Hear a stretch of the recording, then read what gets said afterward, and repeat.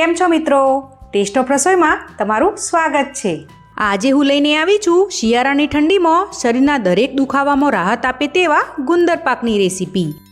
આ ગુંદર પાક આજે આપણે કોઈપણ જાતના લોટ કે માવાનો ઉપયોગ કર્યા વગર બધી જ વસ્તુના પરફેક્ટ માપ સાથે એવી રીતે બનાવીશું કે તમારો ગુંદર પાક મોઢામાં મૂકતા જ ઓગળી જાય તેવો સોફ્ટ અને સ્વાદમાં એકદમ ટેસ્ટી બનશે।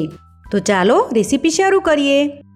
ગુંદર પાક બનાવતા પહેલાં સૌપ્રથમ આપણે તેમાં વપરાતા બધા જ ઇન્ગ્રીડિયન્ટનું પરફેક્ટ માપ જોઈ લઈએ। તો ગુંદર પાક બનાવવા માટે અહીં મેં 52નો ગુંદ લીધો છે, જે વજનમાં અંદાજે 100 ગ્રામ જેટલો છે।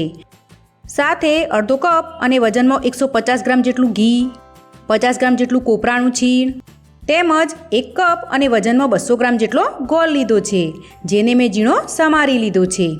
સાથે મેં ડ્રાયફ્રૂટમાં પોણો કપ અને વજનમાં 50 ગ્રામ જેટલા બદામના પીસ, 50 ગ્રામ જેટલા કાજુના પીસ અને 50 ગ્રામ જેટલા પિસ્તાના પીસ લીધા છે। તમે અહીં ડ્રાયફ્રૂટનું પ્રમાણ તમારા ટેસ્ટ પ્રમાણે વધુ કે ઓછું કરી શકો છો। અહીં મેં 2 ચમચી જેટલા મગજતરીના બીજ પણ લીધા છે। સાથે 1 ચમચી અજમો, 2 ચમચી જેટલા મુસરીના પીસ, 2 ચમચી ખસખસ, 2 ચમચી જેટલો ગંઠોડા પાવડર અને 2 ચમચી જેટલો સૂંઠ પાવડર લીધો છે। તો હવે આપણે ગુંદર પાક બનાવવાનું શરૂ કરીએ। ગુંદર પાક બનાવવા માટે સૌપ્રથમ આપણે લીધેલા ઘીમાંથી 2 મોટા ચમચા જેટલું ઘી એક કડાઈમાં એડ કરશું। ઘી હળવું ગરમ થાય એટલે તેમાં થોડો થોડો ગુંદર એડ કરી તેને સારી રીતે તળી લઈશું। અહીં આપણે એકસાથે વધુ પડતો ગુંદર એડ નથી કરવાનો, માત્ર થોડો થોડો ગુંદર લઈને તેને લો ટુ મીડિયમ ગેસની ફ્લેમ પર સતત હલાવતા જઈને આ રીતે શેકી લેવાનું છે। ગુંદરને આપણે આંગળીથી ચેક કરીએ તો તે આ રીતે એકદમ આસાનીથી ભૂક્કો થઈ જાય એ રીતનું તેને તળી લેવાનું છે। આપણો ગુંદર જરા પણ કાચો ન રહે તે વાતનું અહીં ખાસ ધ્યાન રાખવું। ગુંદર સારી રીતે તળાઈ જાય એટલે તેને એક વાસણમાં કાઢી લઈશું અને આ રીતે આપણે બધા જ ગુંદરને શેકી લઈશું। ગુંદર તળતી વખતે જો ઘીનું પ્રમાણ ઓછું લાગે તો થોડું ઘી ઉમેરીને ગુંદર તળી લેવો। આપણો બધો જ ગુંદર સારી રીતે તળાઈ ગયો છે, તો હવે આ ગુંદરને ઠરવા માટે સાઈડ પર રાખી દઈશું। લગભગ 7 થી 8 મિનિટમાં જ આપણો ગુંદર સારી રીતે ઠળી ગયો છે। તો હવે આ બધા જ ગુંદરનો આપણે અધકચરો ભૂકો તૈયાર કરી લઈશું। તો તે માટે ગુંદરને મિક્સર જારમાં ઉમેરી મિક્સરને 4 થી 5 વાર રિવર્સ સાઈડ પલ્સ ઉપર પીસી લઈશું અને એ રીતે ગુંદરનો ભૂકો તૈયાર કરી લઈશું। તમે જોઈ શકો છો કે આપણો ગુંદરનો અધકચરો ભૂકો તૈયાર થઈ ગયો છે। તો હવે આ ભૂકાને આપણે એક મિક્સિંગ બાઉલમાં એડ કરી દઈશું। હવે જે કડાઈમાં આપણે ગુંદર તળ્યો હતો તે જ કડાઈમાં આપણે ડ્રાયફ્રૂટ રોસ્ટ કરી લઈશું। તો તે માટે બદામના પીસ, કાજુના પીસ, પિસ્તાના પીસ અને સાથે મુસરીના પીસને પણ કડાઈમાં એડ કરી લઈશું અને તેને 3 થી 4 મિનિટ માટે સારી રીતે રોસ્ટ કરી લઈશું। અહીં ડ્રાયફ્રૂટમાં તમે તમારી પસંદગી મુજબનું અન્ય ડ્રાયફ્રૂટ પણ એડ કરી શકો છો। આપણે લો ટુ મીડિયમ ગેસની ફ્લેમ પર ડ્રાયફ્રૂટને સતત હલાવતા જઈને રોસ્ટ કરી લેવાના છે। ડ્રાયફ્રૂટને તમે રોસ્ટ કર્યા વગર પણ ગુંદર પાકમાં એડ કરી શકો છો, પરંતુ આ રીતે રોસ્ટ કરેલા ડ્રાયફ્રૂટના લીધે ગુંદર પાક ખાવામાં ખૂબ જ સરસ લાગે છે, તેમજ તેની શેલ્ફ લાઈફ પણ વધી જાય છે।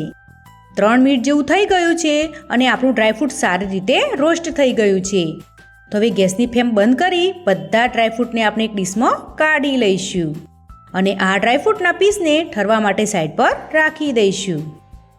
8 થી 10 મિનિટમાં જ આપણા ડ્રાયફ્રૂટ સારી રીતે ઠરી ગયા છે। તો હવે આ ડ્રાયફ્રૂટનો આપણે અધકચરો ભૂકો તૈયાર કરી લઈશું। તો તે માટે બધા ડ્રાયફ્રૂટને મિક્સર જારમાં એડ કરી રિવર્સ સાઈડ પલ્સ ઉપર પીસી અને તેનો અધકચરો ભૂકો તૈયાર કરી લઈશું। તમે જોઈ શકો છો કે ડ્રાયફ્રૂટનો અધકચરો ભૂકો તૈયાર થઈ ગયો છે। તો હવે આ ભૂકાને આપણે મિક્સિંગ બાઉલમાં એડ કરી દઈશું।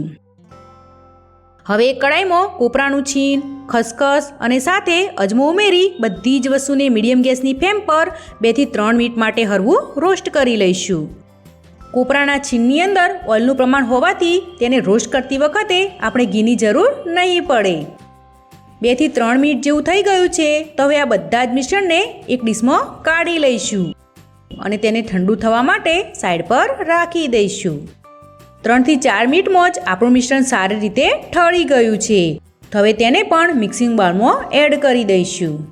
હવે આ બધી જ વસ્તુને ચમચાની મદદથી સારી રીતે મિક્સ કરી લઈશું। બધી જ વસ્તુ મિક્સ થઈને આપણું ગુંદર પાક બનાવવા માટેનું મિશ્રણ તૈયાર છે. આ મિશ્રણને હથેળીમાં લઈને થોડું પ્રેસ કરીએ તો આ મિશ્રણમાં એક બાઇન્ડિંગ આવી ગયું છે. તો બસ આ રીતનું મિશ્રણ આપણે તૈયાર કરવાનું છે. આ મિશ્રણને તમે એરટાઇટ ડબ્બામાં ભરી સ્ટોર કરી રેફ્રિજરેટરની અંદર 1 થી 2 મહિના સુધી રાખી શકો છો. અને પછી જ્યારે પણ ગુંદર પાક ખાવાનું મન થાય ત્યારે ગોળને ઘીમાં મેલ્ટ કરી ફટાફટ ગુંદર પાક બનાવી શકો છો. હવે ગુંદર તળ્યા બાદ જે ઘી વધ્યું હતું તે બધું જ ઘી એક નોનસ્ટિક પેનની અંદર એડ કરી દઈશું. હવે ઘી હળવું ગરમ થાય એટલે આપણે લીધેલો બધો જ ગોળ તેમાં એડ કરી લો ટુ મીડિયમ ગેસની ફ્લેમ પર ગોળને સારી રીતે મેલ્ટ કરી લઈશું. ગોળને આપણે ચમચા કે તવેથાની મદદથી સતત હલાવતા રહેવાનું છે, જેથી આપણો ગોળ એકદમ ઝડપથી મેલ્ટ થવા લાગશે. અહીં આપણે ગોળનો કોઈ પણ જાતનો પાયો નથી બનાવવાનો, માત્ર ગોળને મેલ્ટ જ કરવાનો છે. લગભગ 6 થી 7 મિનિટમાં જ આપણો બધો ગોળ સારી રીતે મેલ્ટ થઈ ગયો છે. તો હવે તેમાં ગંઠોડા પાવડર અને સૂંઠ પાવડર એડ કરી દઈશું અને ગોળ જોડે સારી રીતે મિક્સ કરી લઈશું. સૂંઠ અને ગંઠોડાના પાવડરને આ રીતે ગોળમાં મિક્સ કરવાથી તેની એકદમ સરસ ફ્લેવર ગુંદર પાકમાં આવે છે. સૂંઠ પાવડર અને ગંઠોડા પાવડર ગોળમાં સારી રીતે ભળી ગયા છે. તો હવે આપણે બનાવેલું બધું જ મિશ્રણ તેમાં એડ કરી દઈશું. ત્યારબાદ તેમાં મગજતરીના બીજ એડ કરી બધી જ વસ્તુને સારી રીતે મિક્સ કરી લઈશું. આ સમયે આપણે ગેસની ફ્લેમ બંધ કરી દેવાની છે, નહીં તો આપણો ગોળ કડક બની જશે અને ગુંદર પાક બરોબર નહીં બને. આપણું બધું મિશ્રણ એકદમ સારી રીતે મિક્સ થઈ ગયું છે. જો તમે આ સમયે ગુંદર પાકમાંથી લાડુ બનાવવા માંગતા હો તો આ મિશ્રણ હળવું ઠંડુ થાય એટલે તમારી પસંદગી મુજબની સાઇઝના લાડુ તેમાંથી બનાવી શકો છો. અહીં હું ગુંદર પાકમાંથી બરફી બનાવવાની છું, તો તે માટે આ ગરમા ગરમ મિશ્રણને સાઈડ પર લઈ લઈશું અને તેને બટર પેપર પાથરેલા મોલ્ડમાં ફટાફટ એડ કરી દઈશું. તમે ઘીથી ગ્રીસ કરેલી થાળીમાં પણ આ મિશ્રણને ઠાળી શકો છો. હવે મોલ્ડમાં આ મિશ્રણને ચમચા કે સ્પેચ્યુલાની મદદથી સારી રીતે ફેલાવી લઈશું, જેથી ખૂણાનો ભાગ પણ સારી રીતે સેટ થઈ જાય. હવે ગુંદર પાકને ગાર્નિશ કરવા માટે તેના પર દરેલા ગુંદરના પીસથી તેને ગાર્નિશ કરી લઈશું. સાથે કોપરાનું છીણ, પિસ્તાના પીસ, કાજુના પીસ અને બદામની કતરણ વડે પણ ગાર્નિશ કરી લઈશું. આ ડ્રાયફ્રૂટ ગુંદર પાકમાં સારી રીતે સેટ થઈ જાય તે માટે તેને હળવું પ્રેસ કરી લઈશું. હવે આપણો ગુંદર પાક હળવો ગરમ હોય ત્યારે તેના પર કટ મૂકી દઈશું. તમે તમારી પસંદગી મુજબ ગુંદર પાકના પીસ નાના કે મોટા તૈયાર કરી શકો છો. હવે આ ગુંદર પાકને આપણે 1 કલાકનો રેસ્ટ આપીશું, જેથી આપણો ગુંદર પાક એકદમ સારી રીતે ઠળી જાય.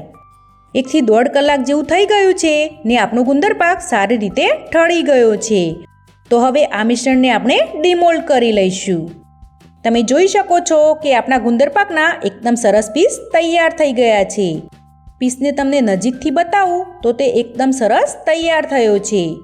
તો બધી જ વસ્તુના પરફેક્ટ માપ સાથે તૈયાર થતા આ ગુંદર પાકમાં મેં અહીં કોઈ પણ જાતનો લોટ એડ નથી કર્યો, માટે તમે આ ગુંદર પાકને વ્રત કે ઉપવાસમાં પણ ખાઈ શકો છો.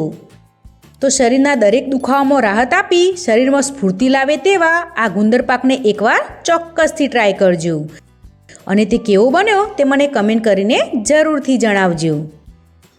જો તમને આજની મારી રેસીપી ગમી હોય તો મારી ચેનલને લાઈક અને સબસ્ક્રાઈબ કરજો અને બેલ આઇકનને દબાવવાનું ભૂલતા નહીં. તો ફરી મળીશું કોઈ નવી રેસીપી સાથે. ત્યાં સુધી આવજો.